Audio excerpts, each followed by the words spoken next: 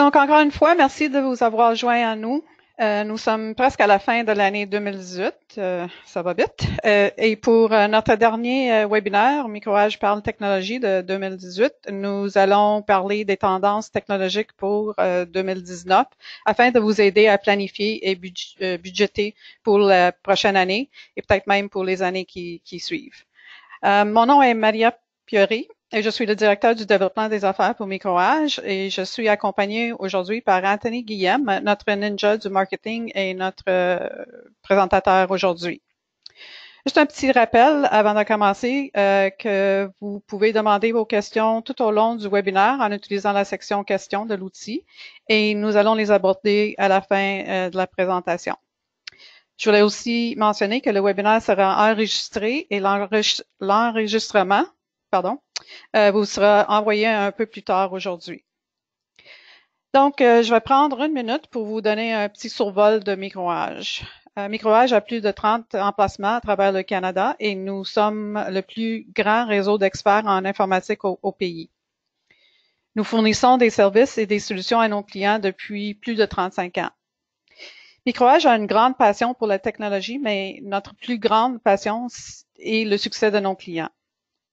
Et pour s'assurer que nous aidons nos clients à atteindre leurs objectifs, nous avons une approche très simple.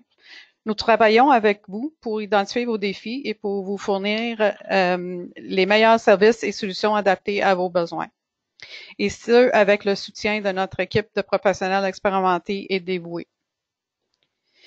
Notre but aujourd'hui est de partager avec vous quelques tendances technologiques, comme je disais avant, que vous devriez regarder pour 2019 pour vous aider à atteindre les objectifs d'affaires que vous avez. Et avec ça, je vais passer la parole à Anthony. Oui, merci Maria. Bonjour à tous et merci d'être avec nous aujourd'hui. Donc, comme Maria l'a dit aujourd'hui, le but est de vous présenter un petit aperçu des tendances qui peuvent profiter aux entreprises pour 2019. Vous êtes probablement en train de finaliser les budgets pour l'année à venir. Peut-être que vous regardez comment vous allez attaquer 2019. Le but au niveau du webinaire d'aujourd'hui était vraiment de répondre à ces questions-là.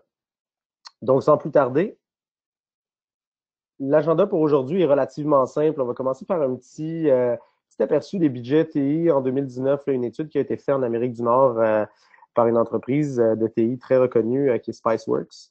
Les tendances au niveau technologique là, en 2019, quelles sont on a regroupé ça autour de 3 grandes tendances qu'on voit qui sont déjà présentes, mais qui prennent un essor, je vous dirais, de plus en plus grand avec l'évolution, puis avec le temps.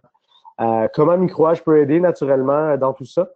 Quelques prochaines étapes qu'on vous conseille de regarder là, au niveau de à l'interne dans vos entreprises et une séance de petites questions-réponses comme on fait d'habitude pour répondre aux interrogations que vous pourriez avoir.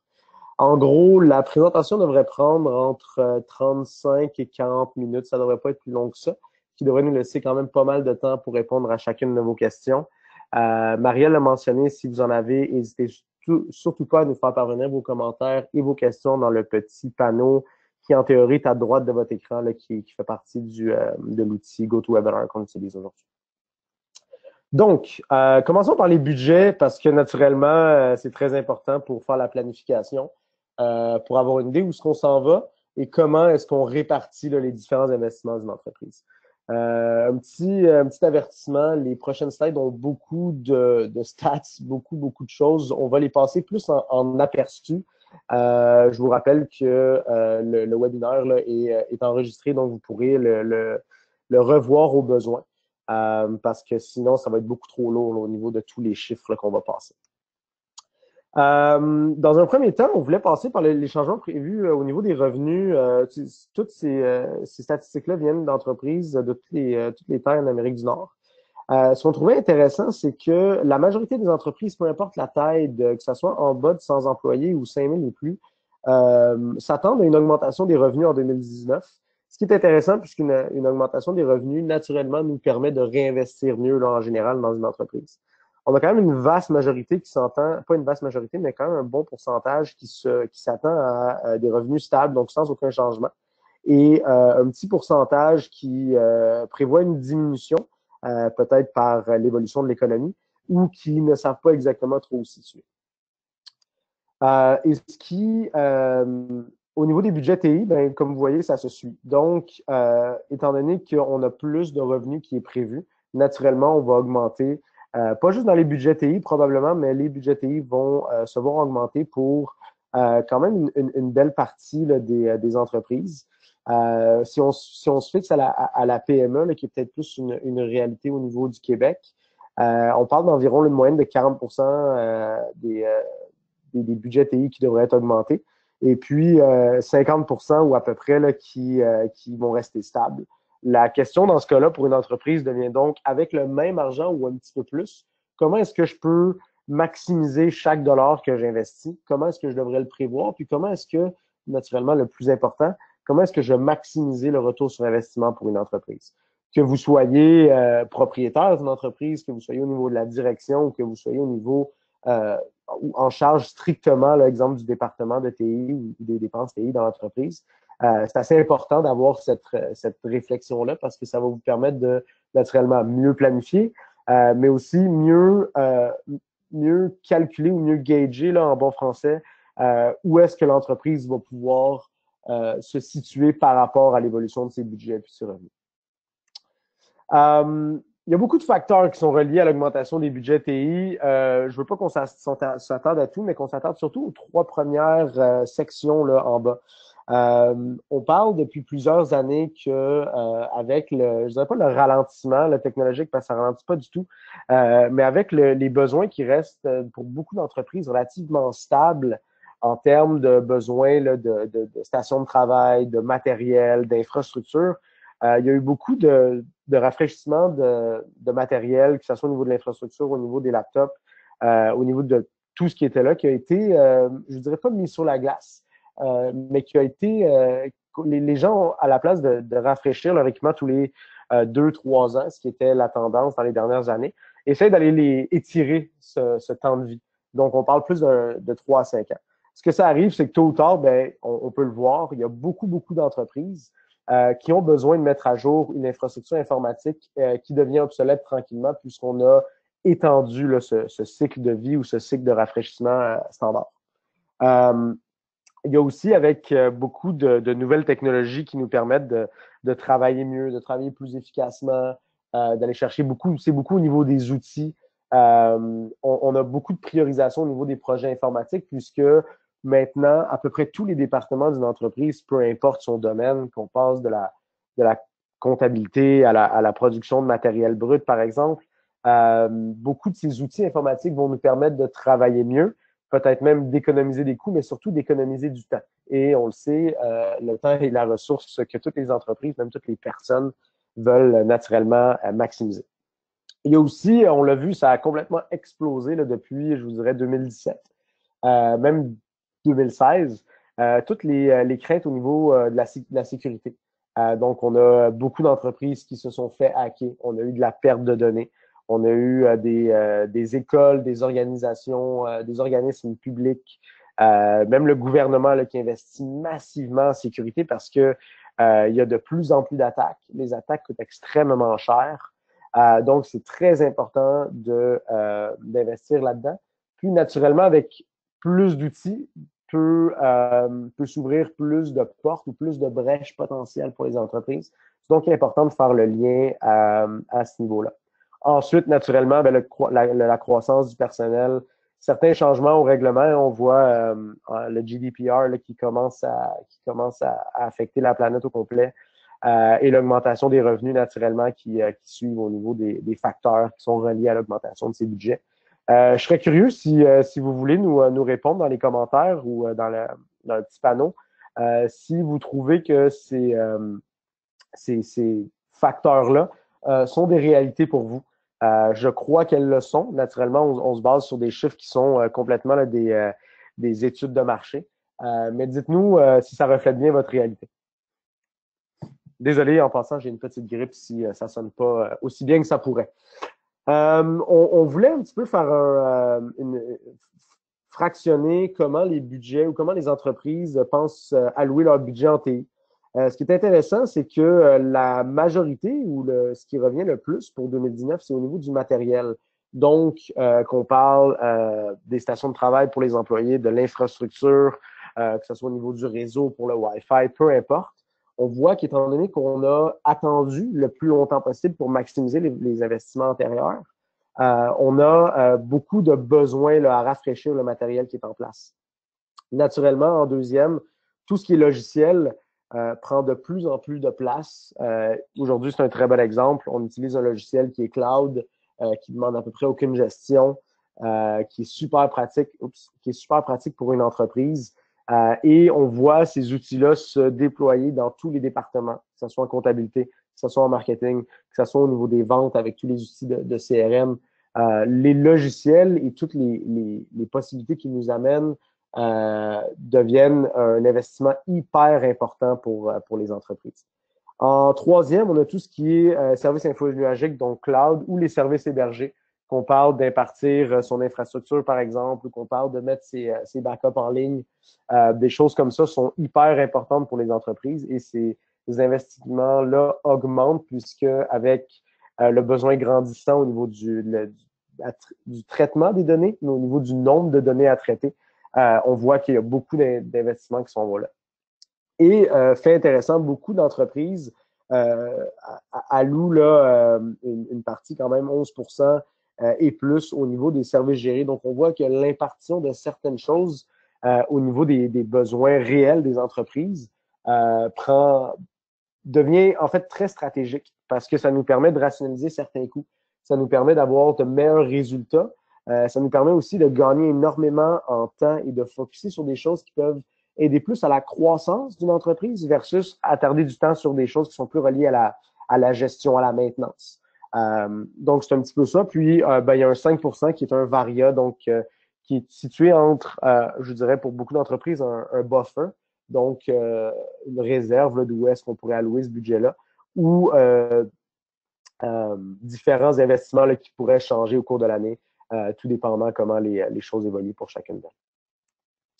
Je ne veux pas passer à travers ces 3 ou 4 prochaines slides de façon hyper précise, mais ce que je trouvais important, c'est qu'au niveau du matériel, on voit que près de 50% des budgets s'en vont au niveau des ordinateurs de bureau qui, il y a quelques années, on voyait comme presque disparaître là, avec tout ce que les laptops nous amènent. Il y a encore beaucoup au niveau des laptops, mais il y a énormément au niveau des serveurs, tout ce qui est relié à l'infrastructure. Vous pouvez voir là, tout ce qui est énergie, réseautique, sécurité prend quand même pas mal de place. Donc, c'est important de voir que malgré tout ce qui, puis ça va un petit peu à l'encontre de mes prochaines slides, malgré tout ce qui se passe au niveau informatique, la base pour 2019 va rester quand même une partie importante des investissements qui vont être faits par les entreprises. Au niveau des logiciels, j'en parlais, c'est la deuxième plus grande tranche d'investissement.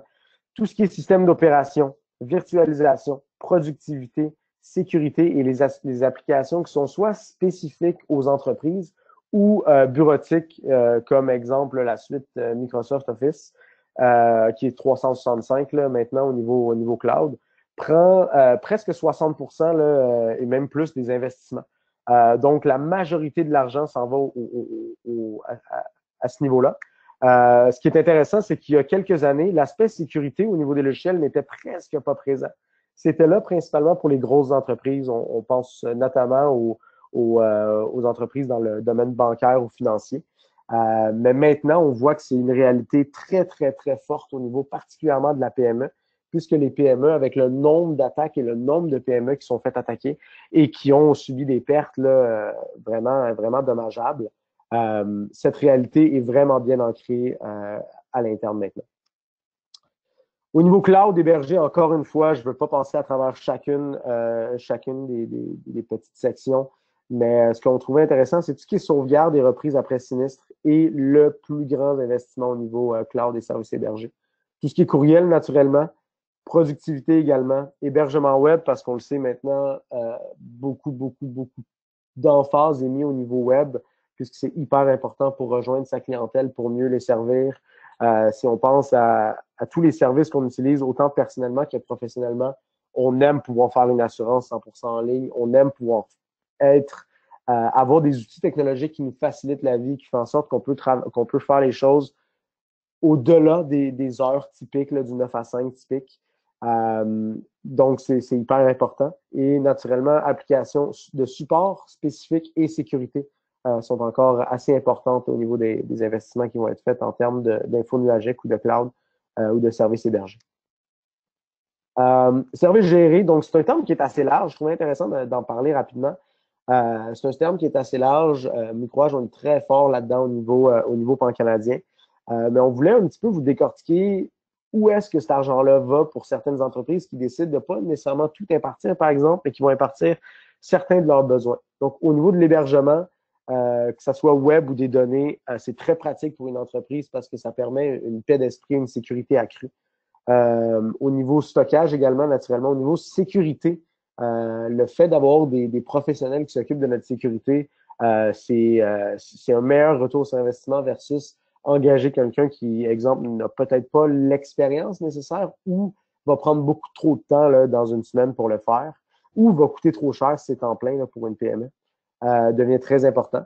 Au niveau des applications de bureau, du support matériel, puis tout ce qui est communication et infrastructure, c'est aussi assez important. C'est là où on voit beaucoup des budgets se répartir.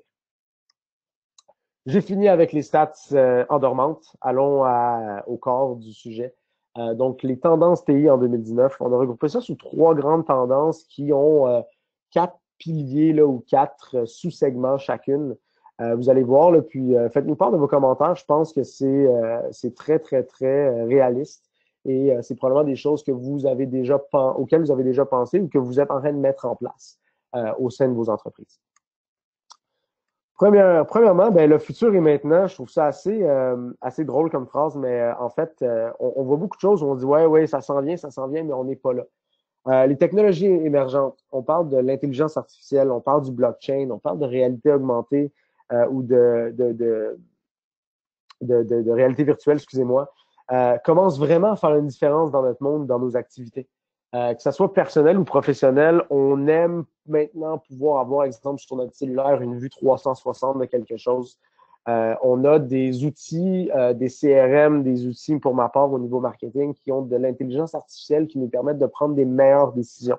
On est en mesure d'utiliser les machines, le machine learning, tout ce qui est relié aux données pour prendre des meilleures décisions.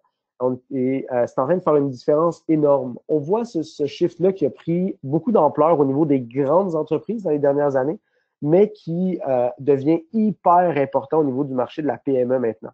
Pourquoi? Parce que ces outils-là deviennent de plus en plus abordables, naturellement, et permettent à une petite entreprise, ou une moyenne entreprise, ou une semi-grande entreprise, peu importe la définition que vous lui donnez, de faire beaucoup plus et de devenir beaucoup plus compétitive dans son marché. La fameuse transformation numérique, il manque une apostrophe des années, ce n'est plus un terme cool, c'est la réalité. Je vous donne un exemple aujourd'hui. Je suis sur une plateforme cloud, je suis sur mon laptop, j'ai juste besoin d'Internet et d'un outil 100% cloud pour donner une présentation comme celle-là. De plus en plus, les entreprises vont donner place au télétravail. On va pouvoir travailler hors des heures de bureau, dans un autre pays, dans une autre région, dans une autre province. On peut travailler de n'importe où. Il y a du Wi-Fi dans les McDo, dans les Tim Hortons, à peu près n'importe où. C'est la réalité. Les entreprises doivent faire ce virage numérique autant à l'interne pour les employés, mais aussi à l'externe pour mieux servir leurs clients. Parce que les clients maintenant, que ce soit au niveau personnel ou au niveau, en fait, B2B ou B2C, s'attendent à une expérience numérique améliorée pour faire leurs achats ou pour faire leurs acquisitions. Les cybermenaces sont réelles. On n'a pas arrêté d'en parler. Nous, Microage, tous les grands médias de ce monde en parlent. C'est incroyable la grandeur, l'ampleur que ça a pris dans les dernières années.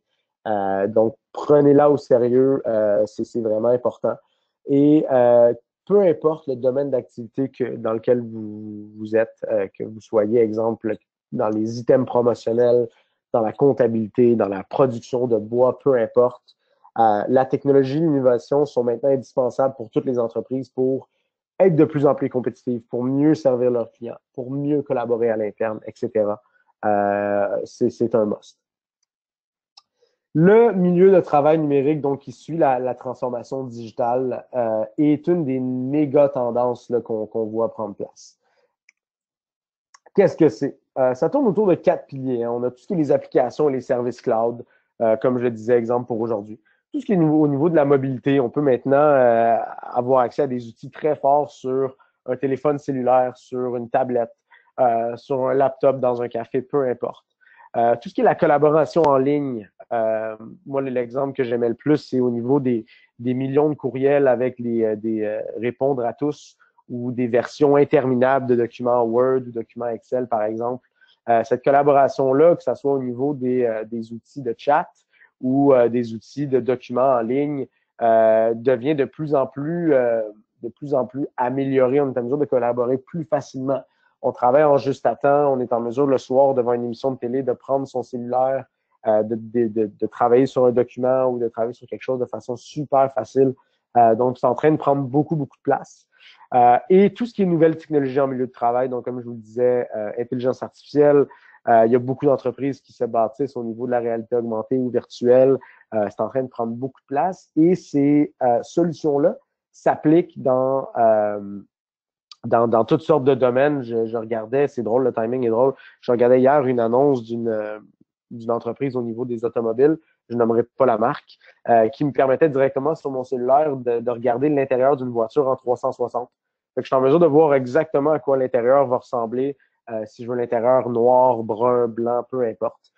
Tout ça, c'est hyper important et c'est ce qui fait la différence et ce qui va faire la différence dans les prochaines années entre une entreprise qui répond ou surpasse les attentes de ses clients ou qui reste correct. Donc, je veux dire, le service est correct, il est bon, mais il n'y a plus ce facteur wow. Et tout ça devient de plus en plus réel au niveau des entreprises. Qu'est-ce que ça veut dire pour vous en 2019?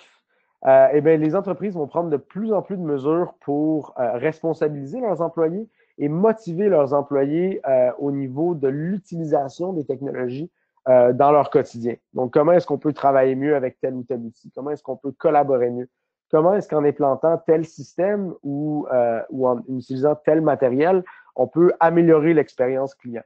Tout ça vont être des facteurs qui, au niveau technologique, à l'interne, puis au niveau investissement, vont se justifier en donnant une opportunité à une entreprise d'augmenter ses revenus, de devenir plus profitable, de se démarquer dans son marché. On parle de 37% des spécialistes en transformation numérique qui voient un des avantages les plus importants au niveau de la TN, donc transformation numérique, c'est la motivation des employés. Je suis bien placé pour parler, je fais partie de cette relation, ces milléniaux, en fait, qui s'attendent à des services plus accessibles, des outils technologiques plus avancés. C'est hyper important, pas juste pour nous, pour tous les groupes d'âge. Et plus le temps avance, bien, plus ça va le devenir. Donc, c'est hyper important. 4 dirigeants sur 5, donc 80%, sont d'accord sur le fait qu'il n'y a pas assez d'investissement qui est fait au niveau des employés qui sont liés aux décisions qui sont basées sur des données. Je m'explique. On a beaucoup de décisions qui sont comme automatisées où on génère des rapports et ça nous dit, bon, selon les chiffres, c'est là qu'on se devrait s'en aller. C'est bien beau, mais souvent, il manque un aspect humain. Il manque un aspect de réalité, de réalisme qui nous permet de dire, oui, mais on connaît qu'il y a ça ou ça dans notre marché spécifique. C'est pas parce que les chiffres, exemple, au Canada vont nous donner X, que dans notre région, par exemple, ou dans notre province, c'est exactement les mêmes facteurs. Il y a souvent des facteurs spécifiques, qui soient locaux ou propres au marché, qui vont avoir besoin d'une certaine réflexion humaine. Donc, ce qui est drôle, c'est que malgré l'hyper-investissement dans tous ces outils, il va rester une implication humaine hyper importante pour justifier ou corriger ces décisions qui seraient comme automatisées finalement. Et la majorité des employés se disent plus productifs, plus heureux, plus motivés dans un environnement qui est numérique, qui est attrayant, qui est mobile, où on a plus de flexibilité. Et j'en suis le premier. Je suis le premier à être content de, exemple, partir un peu plus tôt du bureau ou de quelque part pour éviter le trafic, quitte à faire 1 heure de travail là, sur ma table de cuisine à la maison. Donc, c'est hyper important de donner ces possibilités-là. Ça nous permet souvent de mieux marier l'aspect vie personnelle et vie professionnelle en étant plus heureux et plus motivé dans cette réalité-là, ben, on devient plus productif Et c'est un cercle vicieux, là, mais positif finalement, qu'on est en mesure d'entretenir à l'intérieur d'une entreprise. Qu'est-ce que ça veut dire donc pour vos entreprises? Ben, c'est relativement simple. Peu importe le domaine d'activité dans lequel vous êtes, adopter la transformation numérique est hyper important pour rester compétitif dans votre marché. Comment est-ce que vous travaillez, vous, sur votre transformation numérique? Posez-vous cette question-là. Est-ce que vous avez budgété en conséquence? Est-ce que vous allez être en mesure de mieux servir vos clients au niveau numérique en 2019 versus ce que vous étiez en mesure de faire en 2018 ou 2017, par exemple? Est-ce que vous avez les bons outils pour faire face à cette transformation? Est-ce qu'une entreprise pourrait vous aider? Microash, c'est une des choses qu'on fait. On est en mesure de vous aider à mieux planifier finalement cette transformation et vous accompagner dans les besoins technologiques que vous avez. Donc, posez-vous ces questions-là. Je pense que ça fait partie intégrante des réflexions stratégiques qu'une entreprise doit se poser pour 2019 et même 2020, 2021 et toutes les années à venir. Donc maintenant, on en parle constamment. C'est de plus en plus important, la cybersécurité. Ça prend énormément de place au niveau entreprise. Ça en prend même maintenant au niveau personnel, naturellement, au niveau de toutes les données personnelles. Et les deux sont très interreliés. Fait qu'est-ce que c'est? Je vous apprendrai rien. Hein? Au niveau des entreprises, c'est tout ce qui est relatif aux solutions de sécurité qu'on passe par la base qui est naturellement là, les antivirus, les anti-spam, les mots de passe de plus en plus compliqués, là, les générateurs de mots de passe, etc. Là, vous comprenez où j'en suis, mais aussi au niveau matériel, là, tout ce qui est firewall, tout ce qui est sécurité du réseau, etc. La gestion des données hyper importante. Comment est-ce qu'on fait nos backups? Comment est-ce qu'on s'assure que nos backups sont sécuritaires, qu'ils sont en bonne main? On sait que pour les entreprises canadiennes, par exemple, on veut absolument que nos données soient hébergées au Canada, puisqu'il y a beaucoup de solutions qui étaient naturellement là, américaines et qui sont venues vers nous, vers le nord, mais qui, avec le Patriot Act en anglais, donnait un accès potentiel au gouvernement américain sur les données qui sont hébergées aux États-Unis. Donc, pour le Canada, on veut absolument que cette gestion soit bien faite, qu'elle soit sécuritaire, que le gouvernement, exemple, ait pas accès et qu'on soit en mesure de récupérer ces données au niveau de l'entreprise. C'est hyper important. C'est aussi hyper important au niveau de vos clients. Vos clients veulent se sentir sécurisés en se disant, ben, cette entreprise-là gère mes données, que ce soit personnel, que ce soit financière, que ce soit comptabilité, RH, peu importe, de façon sécuritaire et sont en mesure d'avoir une bonne gestion à ce niveau-là. Un aspect qu'on a parlé énormément, c'est tout ce qui est au niveau de la sensibilisation des employés. Les hackers utilisent des tactiques d'ingénierie sociale pour duper les gens à cliquer sur des courriels, à cliquer sur des posts Facebook malicieux, des pages web là, qui ont l'air totalement correctes, mais finalement ne le sont pas. C'est hyper important d'avoir une formation qui est donnée en milieu de travail pour leur dire, bon, voici ce qui se passe sur le marché, voici comment y réagir et pourquoi c'est important. C'est important pour une entreprise, pour qu'elle reste en affaires, pour que les clients soient en sécurité, etc., etc. Ce qui est bon, c'est que les médias, de plus en plus, font cette première étape de sensibilisation-là, mais c'est important d'aller plus loin avec des tests, avec de la formation continue dans les entreprises pour assurer cette sensibilisation-là, puis cette formation-là à l'interne. Et tout ce qui est l'intelligence est en train de prendre beaucoup de place. Donc, naturellement, l'intelligence des employés dans un premier temps, mais aussi l'intelligence artificielle qui va, avec les années, être en mesure de s'adapter plus facilement, puis c'est encore pas vraiment une réalité là, pour la PME, mais plus pour la grande entreprise, s'adapter au niveau des menaces qui s'en viennent, comment est-ce que les menaces évoluent, comment est-ce qu'on est en mesure de mieux réagir, d'être mieux protégé plus rapidement, sans là, être, par exemple, stressé tout le temps. Là. Encore une fois, qu'est-ce que ça veut dire pour les entreprises en 2019? Eh bien, on est dans un monde d'attaques automatisées, rapides, qui n'arrêtent jamais. L'intelligence des employés et des appareils, c'est un facteur de succès clé quant à la sécurité des entreprises. Donc, on va avoir un investissement massif à ce niveau-là. La majorité des entreprises vont investir dans des outils de sécurité de données. Ce qui est intéressant de cette statistique-là, c'est qu'en 2018, c'était 35%. En 2019, c'est presque le double, 60%. Donc, on voit que c'est pas c'est pas une tendance là, comme la mode là, qui va disparaître. Là. La mode disparaîtra jamais, c'est un mauvais exemple, mais vous voyez où je m'en viens. C'est vraiment quelque chose qui est réel et on voit que les entreprises s'adaptent à ces menaces grandissantes. Presque tous les C-level, donc les dirigeants et les propriétaires d'entreprises, espèrent améliorer l'alignement entre la sécurité et les processus. Donc, naturellement, on a de plus en plus de processus. On a de plus en plus de courriels, d'automatisation, de tâches qui se font en différents outils. C'est super beau tout ça. Ça nous permet d'en faire plus, mais est-ce qu'on est en mesure d'assurer l'intégrité et la sécurité de tout ce qui se fait dans ces processus-là? C'est une partie importante là, de la réflexion qui se fait au niveau des dirigeants. Presque 30% des grandes entreprises vont commencer à mettre en place des solutions de cybersécurité qui vont être basées sur l'intelligence artificielle, comme je le disais un peu plus tôt, pour mieux répondre aux menaces de sécurité, pour être plus préparés, pour être en mesure de maximiser à un moment donné le retour, parce qu'on investit, on investit, on investit, c'est important, mais c'est important à un moment donné d'être capable d'avoir une certaine paix d'esprit par rapport à tous ces investissements, parce que si c'est une roue qui n'en finit plus, ben c'est un peu comme un trou sans fond.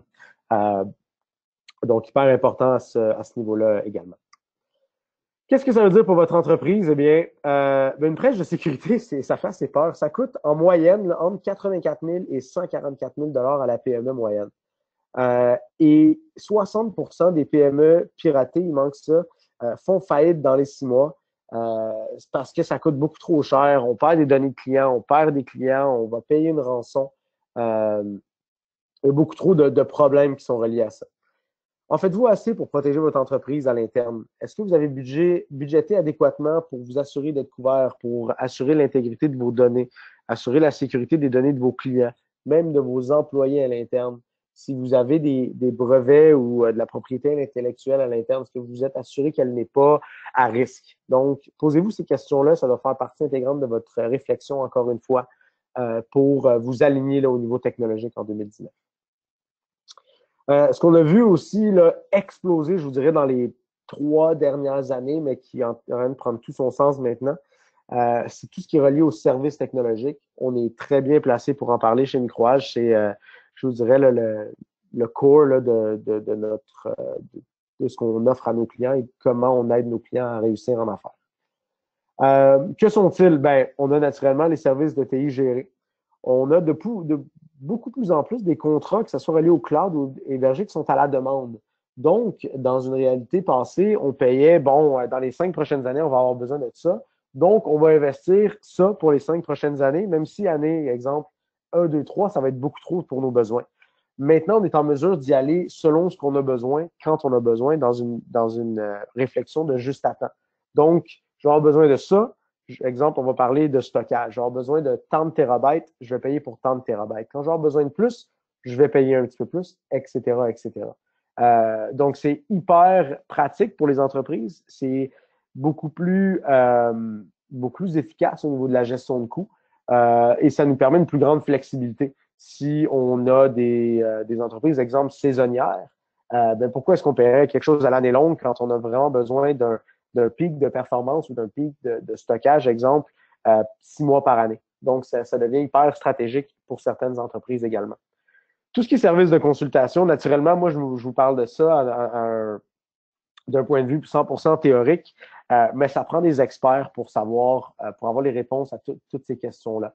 Et ces experts-là, souvent, c'est difficile de les avoir à l'interne. C'est pour ça que des firmes comme nous, on a des experts dans différents domaines, que ce soit des outils au stockage ou au service d'impartition, qui vont vous permettre d'avoir les bonnes réponses à vos questions. Donc, comment est-ce que je devrais attaquer telle ou telle problématique? Voici des réponses. Et tous ces services de consultation-là deviennent des services finalement clés à haute valeur ajoutée pour les entreprises parce qu'on veut des réponses qui sont propres à notre réalité d'affaires. Vous allez voir, j'ai une statistique intéressante là, à la prochaine slide par rapport à ça. Et c'est la base, mais c'est hyper important. On a du matériel à maintenir. On a des gens à supporter. Tout ce qui est service de support et de réparation est encore hyper présent et va probablement le rester pour tout ce qui est technologique là, pour les années à venir. Qu'est-ce que ça veut dire pour les entreprises en 2019? Ben, les entreprises se tournent maintenant vers des fournisseurs qui sont pas juste bons pour, exemple, réparer du matériel ou faire X ou faire Y, mais qui vont être en mesure de livrer des services qui vont les aider concrètement à atteindre leurs objectifs d'affaires. Et c'est hyper important parce que, et puis j'ai un client j'ai entendu là, une conversation intéressante. Euh, on s'en fout presque, c'est semi-vrai, de qui est-ce qui fait le travail, tant que le travail est un bienfait, mais qui nous aide concrètement à réaliser un objectif d'affaires. On veut, exemple, augmenter la profitabilité ou faciliter là, une équipe de vente à mieux travailler. Ben là, un service de support en ligne pour l'équipe de vente qui est mobile, qui est dans l'auto, dans le camion, qui est devant les clients, ça prend tout son sens parce que ça nous aide concrètement à mieux travailler, à faire un, deux, trois appels de moins, à avoir moins de problématiques, à mieux gérer tous les outils que ces gens-là vont utiliser mobilement.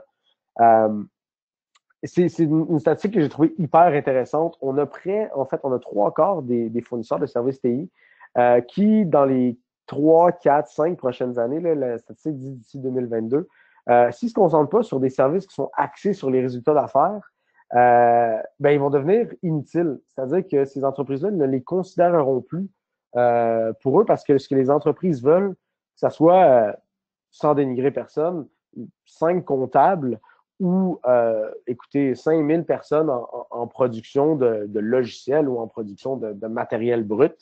Euh, c'est important que ces entreprises-là deviennent un partenaire technologique et nous aident à croître, à mieux travailler avec leurs services. Donc, ça devient hyper important.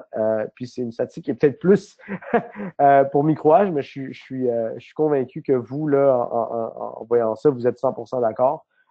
Pourquoi considérer entre deux fournisseurs, s'il y en a un qui répond mieux à vos besoins d'affaires, puis va vous aider à vraiment, comment je pourrais dire, personnaliser son service par rapport à vos objectifs, je suis convaincu que c'est cette décision-là que vous allez prendre.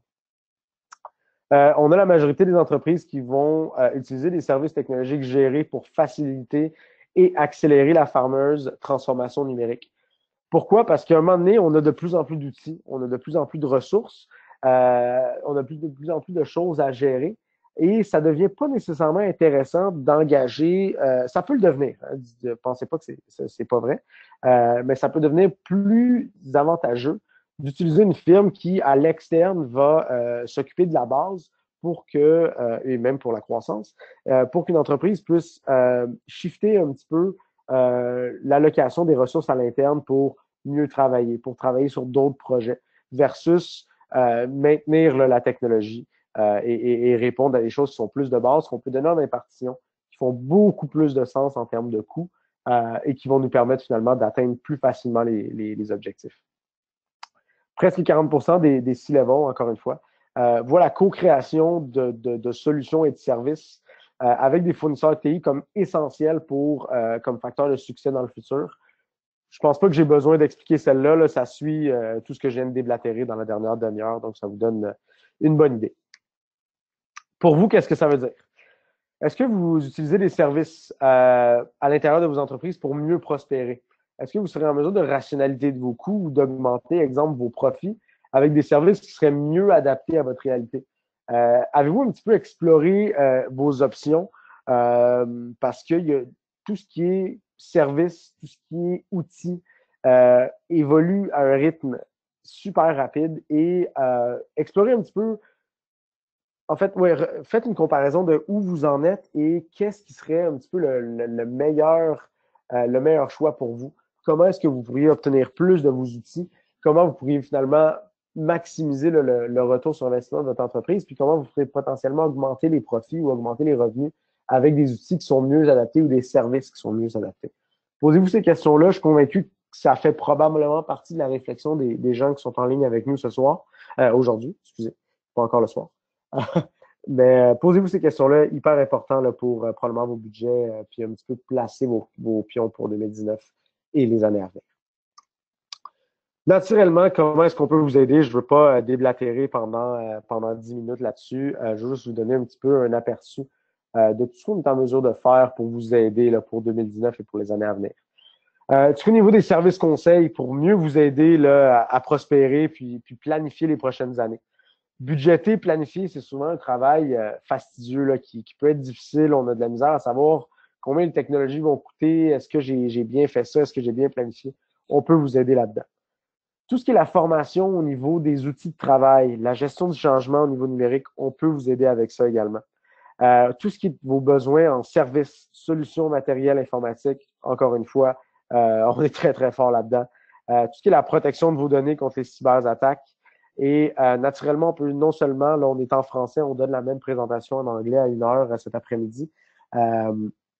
On est en mesure, si vous avez plusieurs bureaux, soit à travers la province ou à travers le Canada, on est en mesure de vous aider là, au niveau pan-canadien avec nos 33 bureaux.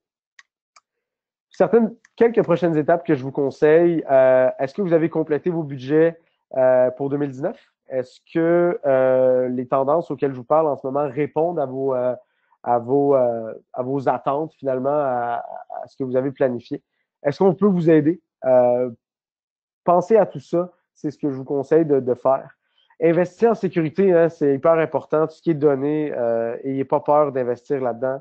Et anticipez et prenez les bonnes décisions au niveau du virage numérique. Utilisez de l'expertise, que ce soit de Microage ou une autre firme, si vous avez une autre firme préférée, là, naturellement, je veux prêcher pour ma paroisse ici, mais la réalité, c'est qu'on n'est pas les seuls. Utilisez de l'expertise externe pour prendre de meilleures décisions, puis faciliter le travail à l'interne, mais aussi vers vos clients pour 2019 et les années à venir. Ça va être hyper important pour la prospérité et la pérennité des affaires de vos entreprises.